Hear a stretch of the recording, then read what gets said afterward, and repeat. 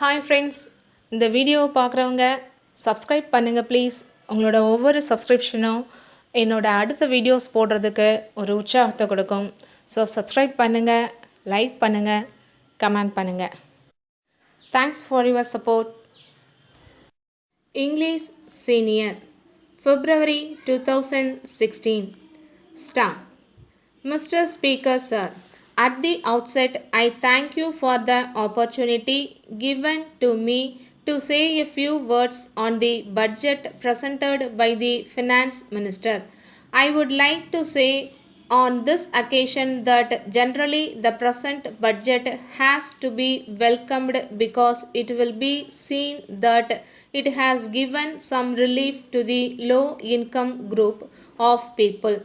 But at the same time, I am sorry to say that the surcharge on the corporate sector, which has been imposed on the industries and on direct taxes, will take away some benefits which are proposed to be given. As many honorable members have dealt with it at a great length, I would not like to go much into it. I would like to point out that another good feature of the budget at present is that it has done away with the old practice of showing a deficit in the budget. I am glad that this has been stopped in this budget. I hope and trust that it will be a permanent feature and that the deficit will be met by the savings. I am sure there will be savings because we have seen that generally the government underestimate the income at the beginning, and by the end of the year when we have the revised estimates there is surplus which covers the deficit. Budgeting has not been restored to. In this context, I would have been happy if there had been some sort of control on the civil expenditure, because we find that in the last 3 5-year plans it has been going up year after year. Unless we take steps to curb it at a point of time, it will take away a large part of our revenue. I am very happy that the finance minister has given some reliefs, but from the way in which he came to office, he did not have time to formulate his own idea. On account of this, I think that he has tried to take away some concessions which had been given by the previous minister. In this connection, I would like to draw the attention of the House to one thing. It may be remembered that a year ago, when he announced his taxation proposals, he was saying that there would not be any surcharge on personal income tax.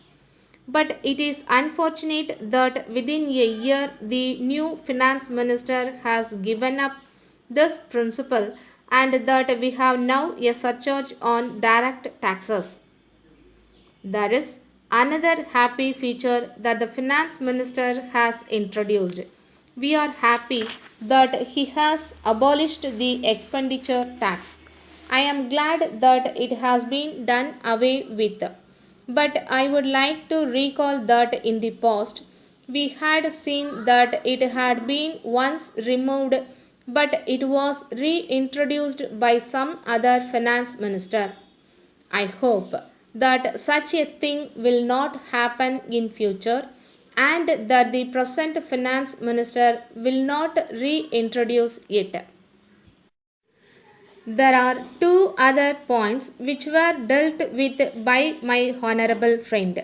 One of the points was about devaluation of the rupee. We find from the papers that there is much talk about it. Some say that it will be worthwhile to devalue the rupee, but there are others who say that it will not be in general interest when we have to import a lot of things and when we have to pay for them. I fully agree with what my honorable friend said in this connection. Letter from the Secretary Murali and Company Patna to the Indian Publicity Bureau, New Delhi. Dear Sirs, the company has decided to launch an advertising campaign throughout the country for a period of 3 months with effect from 1st July next. It has been proposed to spend about rupees 50,000 for this purpose.